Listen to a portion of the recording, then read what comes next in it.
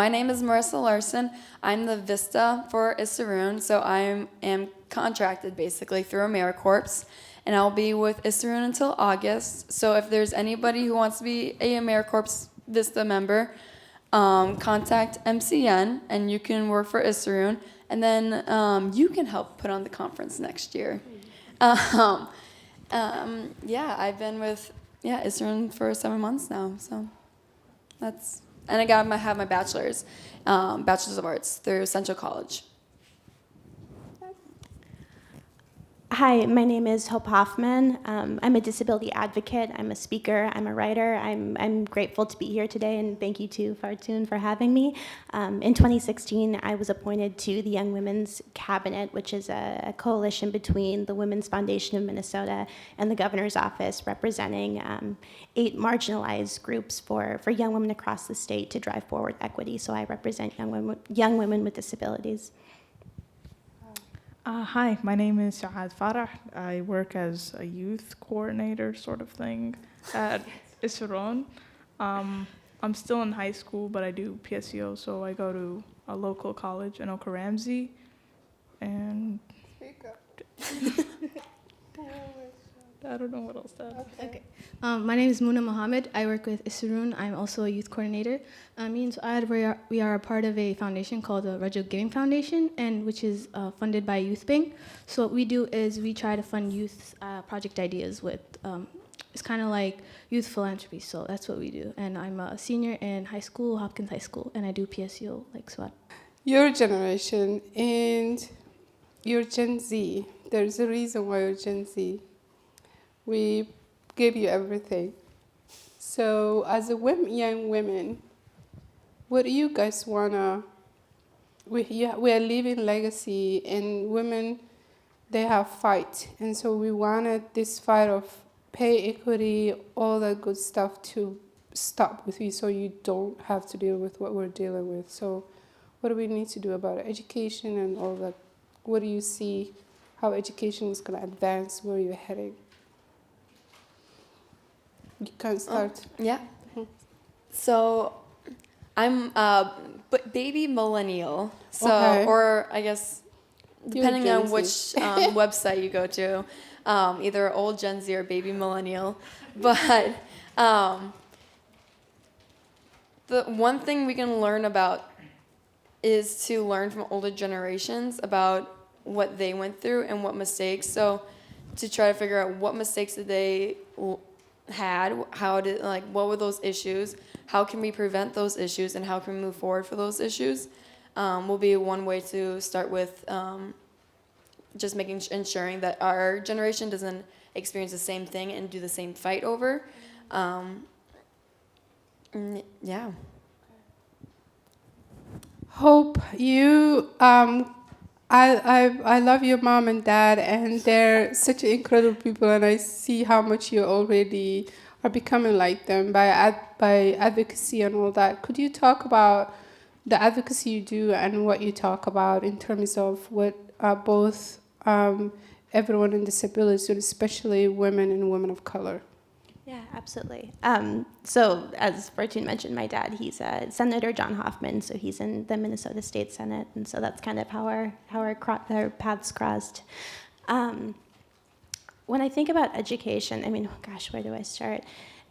So I live with spina bifida, which is at birth, and meaning that it's affected the way that I've walked my entire life. I have lack of strength and muscle within my lower limbs, and as of a year and a half ago in 2018, due to malpractice, I ended up having an amputation, and that I've had to drop out of college twice because of health concerns and the education system not being accommodating.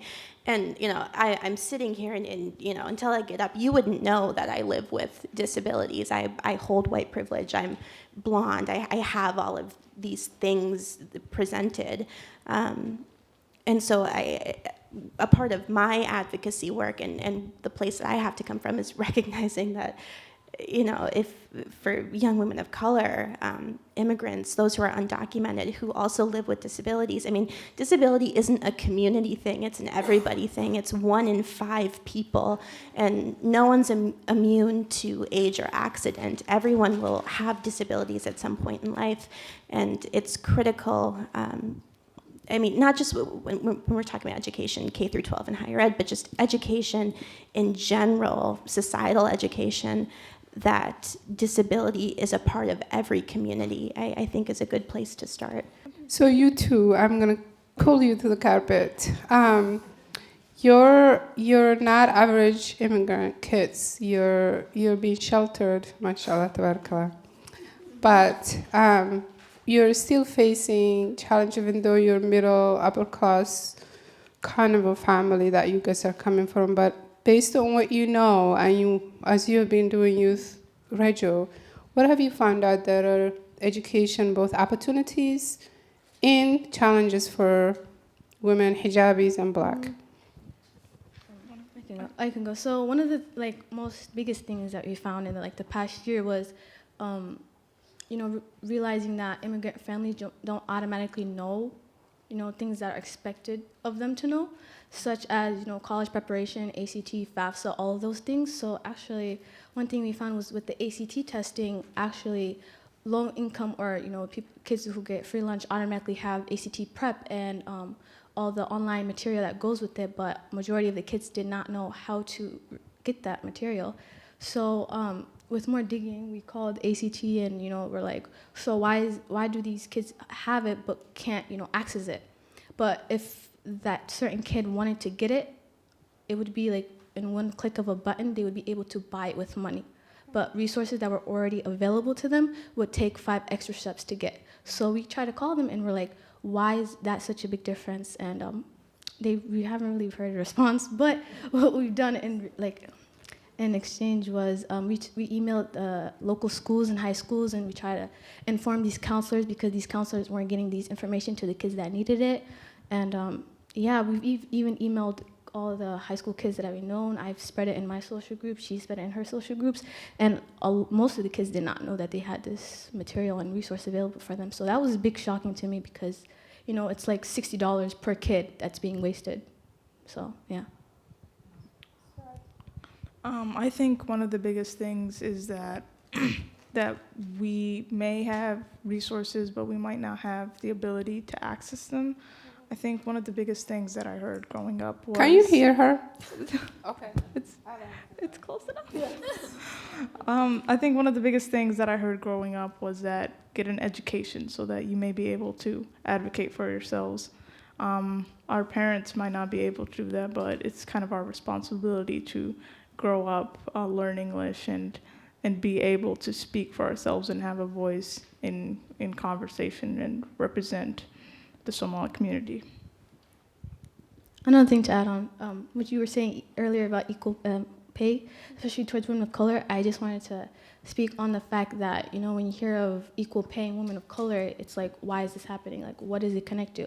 And at the end, I connected to gender barriers and the thought of women are less than men is the ultimate reason. So I think reflecting on how we all play a role in that stereotype and enforcing that stereotype and thinking, simple ways of changing it just by language and thought could make a big difference. So that's my opinion.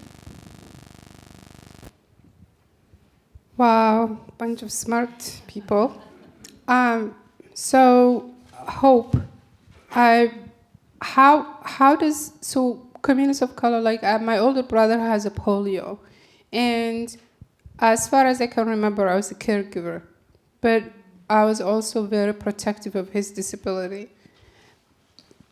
Fast forward so many years, people are here in the USA, and still disability is so taboo for many families, especially if they're coming from low socioeconomic issue. How do you empower families? And also because the other thing we do is we shelter this person, the brother or the sister, and we do everything for them. So there is a disability of the physical, but we also kill them, their self-confidence and their self-worth because we're protecting and doing everything for them. How do you tell families there's so much love, but there's so opportunities to make this child an independent? And how do you tell them it's okay, but there are a lot of resources? How do you empower both family and a girl or a boy with disability?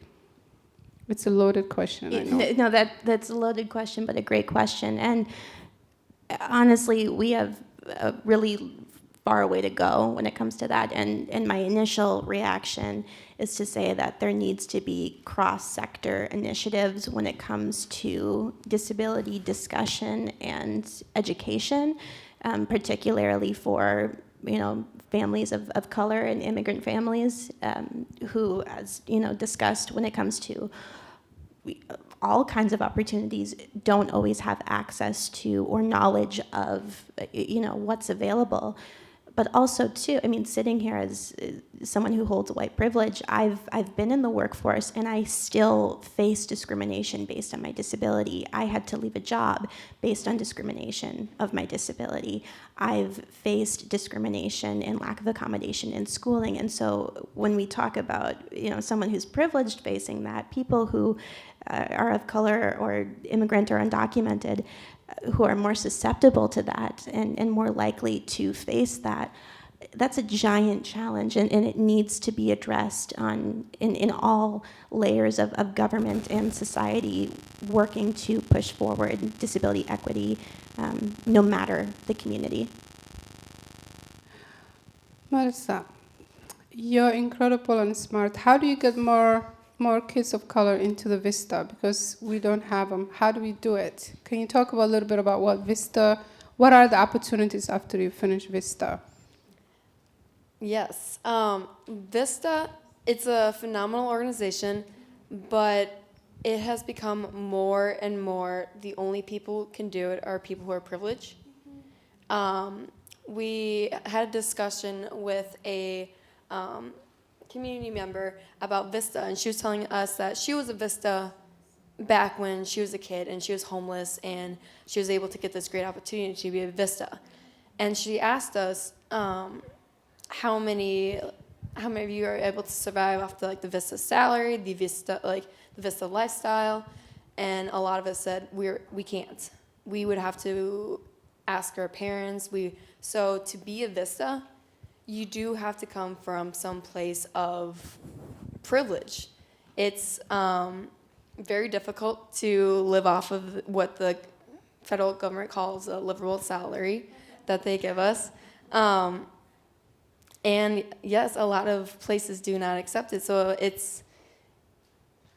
to entice people, for the pay for one has to come up greatly for people to be able to live off it. And it is a year of service. You are servicing you are being used or having your expertise help a community, nonprofit, whatever it is. So it is known that this is not like a high-paying job. You're not here for the money aspect, but to get more kids of color, to get more immigrants to be in the VISTA program, they need to at least make it a minimum living wage for kids to be able to do this. So in other words, though, all the experience you're getting, that is going to advance you to where you're going. So not only the pay is a problem it's a privilege, but also because they're not getting to VISTA or volunteer opportunities, these kids of color and young people are missing opportunities to do volunteer work, which then can help them compete into the market. So it's a double whammy. So Adhan, Mona, what do you guys think what we can do? Regarding, getting youth more into, I think, interactive, actually going to these schools, especially schools of color with high percentages of students of color. Most of the time, schools in the suburbs have many opportunities compared to schools, especially Minneapolis and St. Paul and this specific area. So I think putting a more focus on them and having one-on-one interaction and going to these classrooms is a big difference, because when I was in high school, the VISTA, I didn't know about that. But if I had somebody to come to these classrooms, or some way to get the news, maybe through social media. I don't know if VISTA's on social media at all, or a little bit. Okay, But like, yeah, so like effective ways to reach, who they want to reach, and like having a plan to reach them, I think, and not just letting it just flow, but like having it targeted is a big thing for me. Yeah. What I think is, what like Marissa said, by raising the pay, I think we could get a lot of more people of color in, because I feel like as we all grow up, we recognize the value of money, and a lot of us, our parents are just to go into higher paying jobs, like become a lawyer, become a doctor, become an engineer, all stuff like that. So I think it's important to acknowledge the fact that a lot of us do want high paying jobs to lead a financially stable life. So I think raising the pay would help a lot into bringing more diversity into this stuff. Well, we added Somali parents don't want you to volunteer. They even don't want you to intern unless you're forced. They think volunteering is a waste of time, and they want to make sure your GPA stays 4.0. But when you graduate, your resume is not even a one page because you haven't done anything. How do you want to deal with us, those parents who love you so much, but they really don't think volunteering and interning and that you need to volunteer to get experience. So what do we need to do with those parents? We love you, but we want you to earn money. So what I think is we need to make them recognize that it's not just for the money, we're in it for the skills too. So by making them see that and telling them it's going to build up our resume so we could actually go into this really competitive job force, it's going to help us in the long run. We may be able to do it in high school, but volunteer hours, you might not be able to do it so much in college when you might have to have a full-time job with a full-time school. So I think if we make them realize that it'll be better for us in the long run, I think they might be more accepting to it.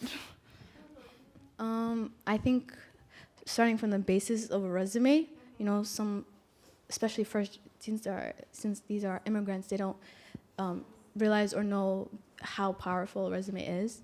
So I think, starting from, because most of them, when I explained to my parents' resume, I had to explain, firsthand, like what a resume was, like what it meant. So I think starting from the roots and showing them the importance of it is a big step.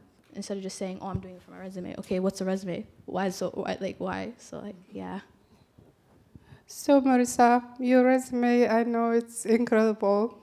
What can we tell our parents? Like, how do we transfer knowledge? How do we talk to like our parents? Because they mean well. They think if they go to full-time job, their education is gonna dip, and you know how education is important. So how do you talk to your coworkers or your classmates from different ethnic groups and see how you can support them, or understanding where now you worked with us 7 months, you probably are on OMG, this group, they're so weird but so awesome. What do we need to do? What do you think as colleagues we can support one another? Well, at least for the volunteering, getting more volunteer, even though a lot of beginning jobs, entry-level jobs, ask for 3 years of experience. Even though this is a beginning level job, they still want that experience. And the only way to get that experience is either through internships or through volunteering. So it's a lot of explaining that the job force wasn't like it used to be, where if you got a degree, you could easily find a job. Now it's you get a degree, you have to make sure you have 2 to 3 years of experience in that field. If you get paid, great. If you don't, well, at least you got the 2 years, so you can finally get the beginner's salary for that. So it's a lot of, and if you can start that experience earlier in life, in high school, that would be so much easier just to show in your resume that I've done this, and this, and I just graduated college. Or even if you don't graduate, if you go to a tech industry, if you wanted to take a gap year or to be your own business person, just showing those experiences gets you so much higher in life. Talk about workforce and gap hope. We know even though Minnesota is a wealthy state and everything and all that, still, and there are a lot of rules. And part of your advocacy, what are the two most frustrating in making sure that people are treated equally and then they're provided what they need? And also, is there data about if someone is having disability, which doesn't make them anything less than anyone else, is there a data to make sure that people get paid well and also accommodated? Well, I mean, the unemployment rate for people with disabilities is, I don't have a particular number offhand, but is significant. And what a lot of people don't know is that since the 1930s, when we kind of shifted from institutionalizing people with disabilities to trying to enter people with disabilities into the community, there was something passed called Section 14C, which allows for people with disabilities to be paid sub-minimum wage, making cents an hour. And that's a practice that still happens today. It's something I think maybe 2 or 3 states have banned, but that is a significant barrier that still faces people with disabilities. And even just the susceptibility of, I mean, pardon me.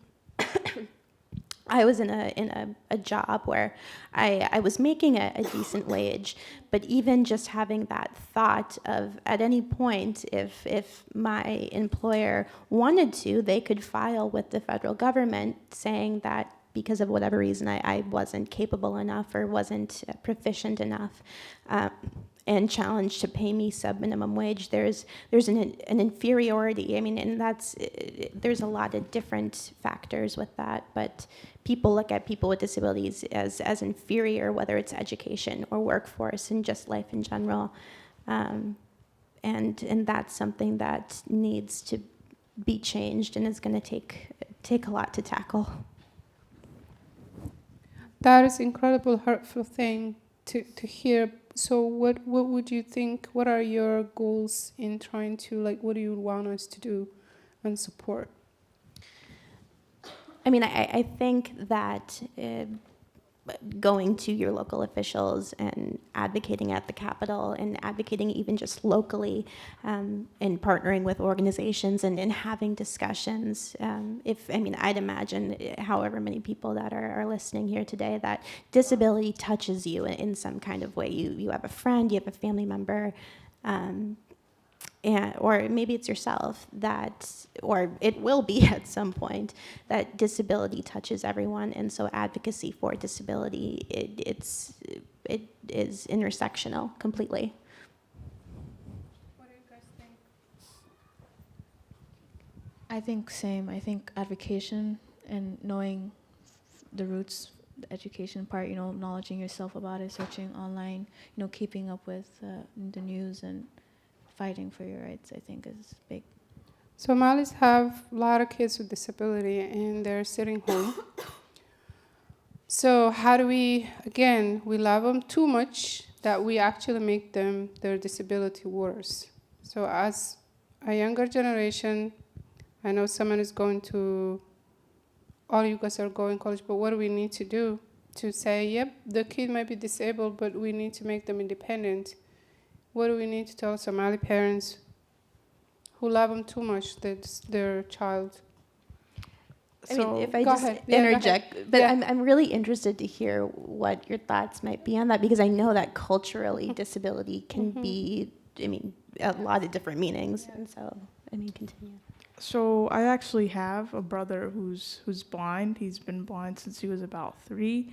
So one of the things that my parents did was to make sure that he attended a school that that had the resources and was capable of educating him with his blindness. So we moved to a white suburban area, and he would take the bus every morning to Westwood Middle School, and he was provided with Braille books, textbooks, and he was able to get the education that he needed. So right now he's actually in college. He's going to MCTC. He's doing computer software.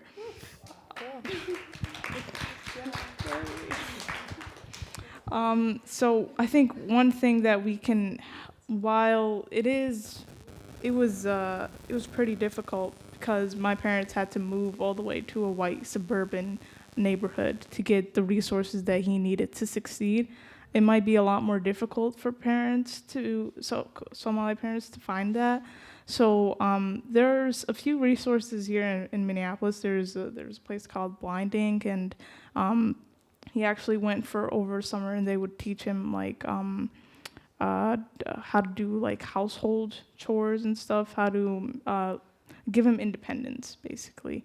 So I think recognizing the resources that are around you instead of just keeping your disabled son or daughter holed up at home, I think is really important. So that's my thoughts. Thank you. I know it's hard to talk about that, but I've seen your brother. He looks really great. So I think we're getting closer to one burning question. I know we're all talking about women's advocacy, women's rights, whether it is getting paid equally or when we talk about reproductive health, we talk about I don't know, we don't have a woman president yet, where the most conservative countries in the world now are electing women presidents.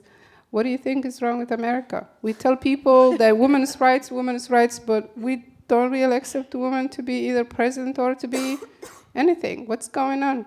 I can start with you, Marissa. All right. Yes, I think it goes back to what Muna was saying about words, how words for women can be much more impactful for words for men, because words are described like bossy for women. If you want to be a woman president, you have to have a really thick skin to do that. And so you are the boss. You do have to get stuff done. You do have to get people to be on your side and do stuff. So you are going to be the boss. And I think it's a lot of people expect the passive woman to just let them do things, and don't expect them to be experts in everything, and are taken back when a woman's like, no, I know what I want to do. You do this, I'm the boss, let's get this done. And women are considered bossy, and people are just not okay with that as of now. Can we hop to one of them so I can think about it for a sec? About the women of color and hijabi, who is a president. There are many of them outside the USA. So go ahead. I think we need to recognize the sexism in our own culture. I don't want to be the one to say it, but I'm just gonna say it. I feel like the mothers in our culture really do coddle. Like she was saying earlier, I don't remember her name, but I do feel that way to a certain extent. Our parents, at the end of the day, expect me to get married and have children and stay at home. I don't know if they actually, I don't think they actually said it like that, but eventually that's what they do expect of me, despite the fact they want me to become a lawyer or a doctor or an engineer. So my biggest concern with that would be raising awareness that it does happen in our own culture and finding a solution to that. I don't know how. I feel like our generation is doing something about it. A lot of people are calling us radical feminists for saying anything even close to that. So what I think now is, I think if we do recognize and try and find a solution to what is going on in our own culture, maybe that will help America on a national level. For me, interesting, when you were bringing up the president question in my research class, you were talking, and there was this one article where it was like it was like a certain percentage. I'm sorry, I forgot the percentage number. She knows. It was the amount of Americans that were hesitant to use the word she in terms of presidency. So like, I'll connect it to what I was saying earlier about language. Like, if people are hesitant to even say she, like, and like presidents, like, like how do you expect like the action, for it to actually happen? So, like I said, language. Be careful of how you say it, what it means, the level it means to others, and recognizing the root cause of every culture, because every culture is different. And yeah, that's what I think. Going off of that, I think, especially in The area, yeah. especially in the 2016 election, a lot of people were talking about it was like an election of the lesser evils. And I was talking to my mom about this actually, and she was opposed to the whole idea of a woman becoming president, and she said it just can't happen. So I asked her, "Who are you voting for?"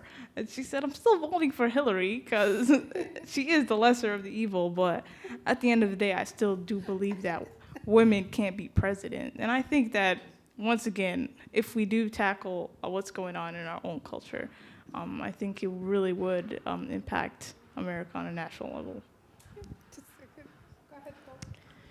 I mean, shortly, that question is, how do you dismantle patriarchy that's been in existence for a long time? I think what you both were speaking on a little bit, that I mean, even just the Democratic primary that just happened, that Elizabeth Warren dropped out because she felt she couldn't get enough stamina or enough support.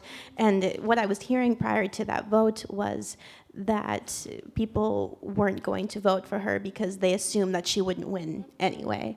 And I think we have to change this narrative of going to men as the default. That if we would have rallied behind a woman, if we would have rallied behind the women in the presidential race, that they would have had the momentum and the support to win. But instead, by default, because of our own internalized sexism, we all have it, that we default go to men. And until we recognize our own internal biases, I think that will continue to be a problem. But also, women, we have to stop being so cooperative. That's what I would say.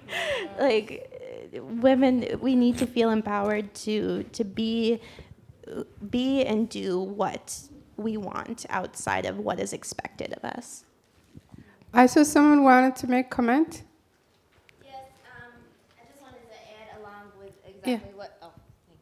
exactly what you were just saying, the internalized misogyny that has been exerted on us, but then we kind of facilitate. I saw a quote, it's not my own, but it said, we have to teach girls that they can do things like become president, but we also need to teach boys that women can become president, or girls can become, and that's the same narrative with like sexual assault. I can prepare or teach my girl all that she can know to protect herself, but if we also don't teach boys it's not right to assault, and that you don't have that right, then it will still be perpetuated, So that was my only comment. Awesome. So I will go ahead. I did have, there's one thing about like you saying that your mom wouldn't believe that a woman can be president, and then also saying that she would vote for president, or like Hillary as president, and I just like think about like the difference in like how the belief or how the action of voting for Hillary then negates the fact that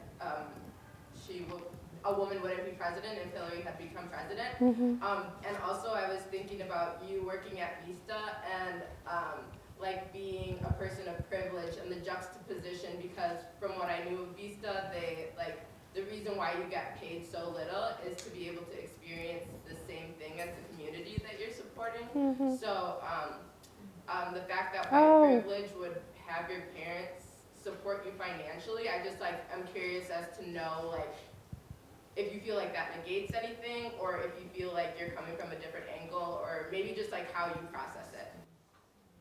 Yeah,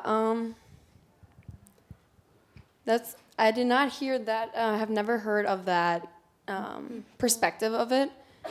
If the government says that, then that makes total sense about what the pay is like. But they do talk about how they are inclusive and how they want to include everybody, and so I find it very difficult for them to be inclusive and then shut out a community that says, I would love to support this organization or this organization, but people have to live. I mean, people in the main set, like people have to live, and you don't, and it doesn't need to be a huge salary, but for like, because you're expected to go to a nonprofit, to be on, to be ready to serve, to be everything, and it's a lot, and it's just a tiny step in the people who you work for and the clients who you work for shoes, and it's by no means I'm saying that like, oh, I know what they are doing now, because I don't.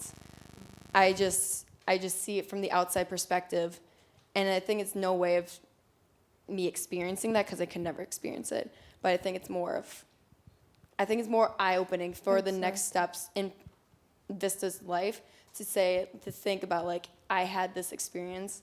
I don't know what they're talking about, but I know I have connections with communities that if I'm in the place that I could do something about it in my lifetime, that I know what to do. I know who to reach for, to like reach out to it.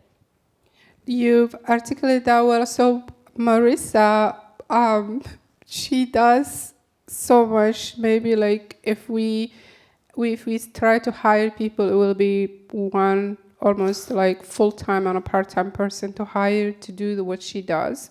So I understand how critical Vistas are for nonprofits. And even though she's, I remember the first time I met her, I said, oh, so where do you live? She's like, Sapporo. I was like, tell your parents that we're okay, you'll be safe in with us. I was joking, but it was just like a white kid coming to South Minneapolis and Lake Street, and I was like, assure your family they're okay. And I was worried about how she may adjust, but she's such a true Buddy. She will see her filling out a bridging application for a refugee mom. She'll fill out application for someone with the help of Layla. And I don't think the experience that you're getting with a lifetime of just working regular job would not be, she won't be able to get, because if you come to Israel, you'll throw it at everything. There is no job description. I mean, you will hire as someone, but you will see different audiences and you will be helping. So with that, it's incredible. Also, it brings you different places, and you picked us up. I want to shift a little bit because we're coming out of time. With all the social media and all this Snapchat, thank you. My 9-year-old nephew taught me filter, so now I can make myself look 20-year-old through the filter and take nice pictures. Goodness gracious, it's addiction. How do you stay healthy, and how do you manage that? What's happening on social media? How do you really? Is there a cap time? Do you have a curve time? What do you do? Okay. Yeah, start anywhere. I mean, it all differs person to person. There's all things we've been taught through school and parents, like to get off your phone, don't go on Snapchat that much, don't go on IG. But I actually don't see social media as a negative thing. I see more as a positive, because there is more positive things than that outweigh the negative. So I think it's a big resource, because youth can develop their own voices, their own opinion, their own beliefs. That's not like, if their environment doesn't really expose them to that, they can develop it through social media. So honestly, I think social media is a positive thing. I don't see it as a negative, like, oh, time wasting, or like, it depends what you do with it, because I'm not saying like you could do a lot of negative things with social media, but I'm just saying in my eyes, I think of it as more of a positive than a negative. I also think it depends on the person. Like, if you want to do something good with the resource that you have, then you could go ahead and do that. But if you don't, we can't really help you with that. So my thinking is that it's also a positive thing. I'm not gonna lie, I do have a bit of an addiction to Instagram, but I'm able to get off at the end of the day. So, but I think that it also does give youth. It exposes them to a lot of new viewpoints and perspectives that they might not have in their own environments. So I think that's really important. I feel like our generation would be a lot more tolerant of each other and respect that we all have our own independent values and opinions. I feel like that all comes from social media. All right. I feel like I need to clarify that. I really like social media, and I think that it's really important to cultivate your social media. If something isn't healthy for you or you have a bad reaction, then unfollow and block. And social media can be a really good tool, especially in the context of disability. That if you have barriers to physical places or physical society, it can be a good tool to connect with other people and. In a way that's accessible to people with disabilities. So social media can be a really positive thing if you cultivate it in a way that works for you. I actually have a block in my social media after a certain amount of time. If I spend a certain amount of time, it shuts me down out of it. But I think yes, it can be good, but I want to make sure that it's not taking away from my human experience from people. So when I always hear people talk about, or like when I go to presentations and such, a lot of older generations will network with each other. We'll just go and talk to the person next to them. We'll be very chatty. And then you look at the young people in the room, and they're on their phones. And it's like I do see what the older people are talking about. Like they're always on their phones. So it's mostly just making sure that I'm not making sure I have that human interaction time, because if Lynn in the morning talked about how she met someone who is not her coach for 6 years, I could have been sitting someone next to me who we could have had a connection with years later. So I want to make sure that it's like a safer comfort zone to just kind of scroll on your phone, look at social media, but to also set it down, talk to people face to face, and try to get that human interaction in. So, any questions to our audience? You say you monitor your source blocks. How do you feel like all of the world, they don't monitor it? It's just you can go on when you want, you can get off. Like even our president, he can tweet when he wants. Like, how do you feel about that? Like, do you feel like in school or at a specific event, do you feel like, I know like celebrity events, they have like the no phones and no pictures. Do you think that type of stuff should come into play so people can really interact the way they should? Or would that be like too restrictive, I guess? I feel like depends on the type. So if you're using social media as interactive, so let's say at this event, if we had a social media questions where we ask people like, hey, what do you think about this? And get people to interact on social media. I feel like that's really a great way to reach people who otherwise wouldn't say anything, who you wouldn't otherwise reach. Unless they have, because I'd say a lot of people are introvert. I'm mostly an introvert, so I'm not going to be putting my hand up and like sharing my opinions. But if I have a device, I could be, and I may have something important to say, and it's a way for people to get messages. But I can also, for like, you're reading tweets from the president or other negative tweets, other negative things, I think those can be toxic to people. It could, because then you just get stuck in this whirlwind of, no, that's not right, I disagree, and you just get like mad and anxious inside, like, why is this happening? And that's when it's just more of letting it go, blocking that person, getting off of social media, say, okay, I'm done for the day.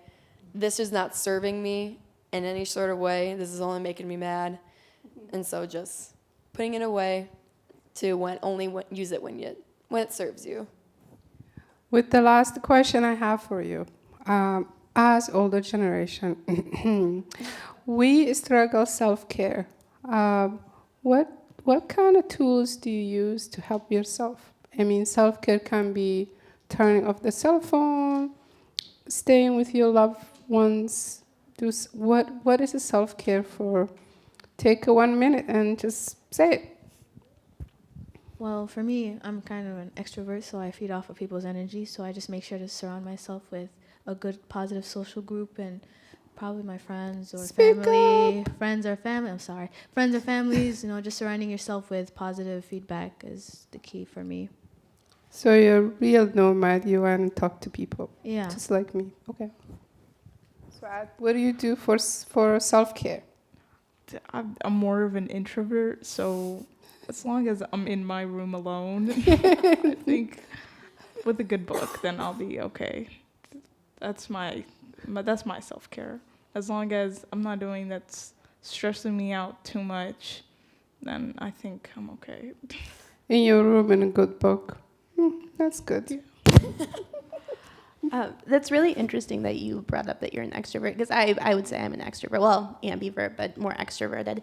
And when we talk about self-care, I feel like from the perspective of introverts so much, that self-care for an extrovert, I have to make sure that I'm surrounding myself with family and friends, and that I feel better when I'm out and doing things. That's what keeps my energy level up, is being social. And so that's what I've recognized I need for my self-care. Mine's very simple. It's just exercising and attempting to eat right. Okay, what I would say my self-care,